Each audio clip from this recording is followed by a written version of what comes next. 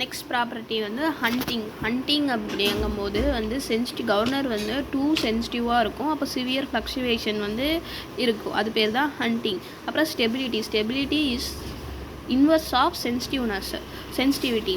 அங்கே வந்து restoring force வந்து more dominant than the distributing force. இது வந்து இந்த ப்ராப்பர்ட்டி வந்து ஹைலி டிசைரபிள். அப்புறம் ஐஸ்க்ரோனிசம் ஆஃப் கவர்னர். அது வந்து என்ன அப்படின்னா ஸ்பீடு வந்து கான்ஸ்டண்ட்டாக இருக்கும்.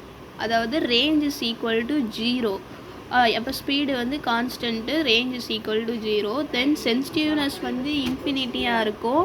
அதுக்கப்புறமா வந்து ஸ்டெபிலிட்டியும் ஹண்டிங்கும் 0வாக இருக்கும் அந்த இடத்துல. அப்புறம் effort of governor and power of governor. Effort of கவர்னர்னால் என்ன அப்படின்னா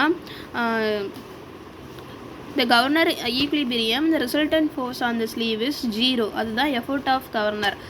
அதாவது என்ன அப்படின்னா the mean force acting on to rise or lower for the given change of speed.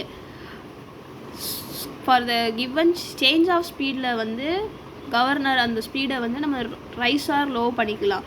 But at constant ஸ்பீடில் வந்து நம்ம அதாவது யூக்லிபிரியம் கண்டிஷனில் வந்து த ரிசல்டன்ட் அந்த ஃபோர்ஸ் வந்து 0வாக இருக்கும். அந்த இடத்துல நம்ம ரைஸ் ஆர் லோ பண்ண முடியாது. Resultant force is 0. அப்புறம் பவர் ஆஃப் கவர்னர்னா it is the work done at the sleeve for a given percentage of change of speed. Work done at the sleeve for a given percentage of change of speed. அது என்ன அப்படின்னா effort of governor into displacement of sleeve. அப்புறம் controlling force for dead வெயிட்டாக இருந்துச்சு அப்படின்னா, அதாவது லோடாக இருந்துச்சு அப்படின்னா அது பேரபோலிக்காவாக இருக்கும். அதே மாதிரி கண்ட்ரோலிங் ஃபோர்ஸ் வந்து ஸ்ப்ரிங் லோடட் கவர்னராக இருந்துச்சுன்னா இட்ஸ் ஸ்ட்ரைட் லைனாக இருக்கும் அந்த இது அப்புறம் கவர்னர் டெர்மினாலஜி. அதில் வந்து 3 டைப்ஸ் இருக்குது. ஒன்று ஸ்டேபிள் கவர்னர், அதுக்கப்புறமா அன்ஸ்டேபிள் கவர்னர், அப்புறம் லாஸ்ட்டு வந்து ஐசோக்ரோனஸ் கவர்னர். ஸ்டேபிள் கவர்னராக இருந்துச்சு அப்படின்னா controlling force is greater than the centrifugal force இருக்கும். centrifugal force is nothing but m omega square r. அப்புறமா அன்ஸ்டேபிள் கவர்னர் அப்படின்னா என்ன அப்படின்னா controlling force is less than the centrifugal force. ஐசோக்ரோனிசம் அந்த இடத்துல வந்து controlling force is equal to the centrifugal force. வேறு அங்கே வந்து என்ன நடக்கும் அப்படின்னா ரேஞ்ச் வந்து 0வாக இருக்கும், ஸ்பீடு வந்து கான்ஸ்டண்ட்டாக இருக்கும். அதனால வந்து நம்ம வந்து governor is not practical due to friction. இது வந்து பெருசாக நம்ம வந்து ப்ராக்டிக்கல் கண்டிஷனில் யூஸ் பண்ண மாட்டாங்க.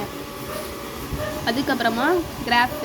இது வந்து ஸ்டேபிள் கவர்னர், இது வந்து அன்ஸ்டேபிள் கவர்னர். இது ஃபார் ஐசோக்ரோனஸ் கவர்னர்.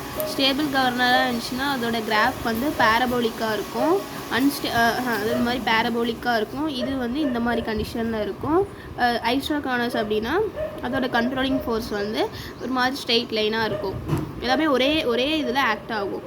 அதுக்கப்புறமா ரேடியஸ் ஆஃப் ரொட்டேஷன். இது வந்து என்ன அப்படின்னா ஃபார் ஸ்டேபிள் அப்புறம் அன்ஸ்டேபிள் ஐசோக்ரோனிசம். ஸ்டேபிள் அப்படின்னா அது வந்து அடியில் இருக்கும், அன்ஸ்டேபிள் அப்படின்னா அது வந்து ஃபஸ்ட் டாப்பில் இருக்கும், ஐசோக்ரோனஸ்னால் இன்டர்மீடியேட்டாக இருக்கும். அது என்னென்னா அங்கே வந்து ரேஞ்ச் வந்து 0வாக இருக்கும், கான்ஸ்டண்ட்டாக இருக்கும் ஸ்பீடு. அப்போ வந்து F ஈக்குவல் டு ஏஆர். இப்போ ஸ்டேபிள்னால இது அடியில் இருக்கிறனால இந்த இது வந்து பி. அப்போது பிலோ அப்படின்னா -b. அன்ஸ்டேபிள் அப்படின்னா இந்த கண்டிஷன் இங்கேருந்து இங்கே வரைக்கும் +b, ஏன்னா அது அபோவ். அதுதான் வந்து இந்த ரேடியஸ் ஆஃப் ரொட்டேஷன் இந்த இது கிராஃப்.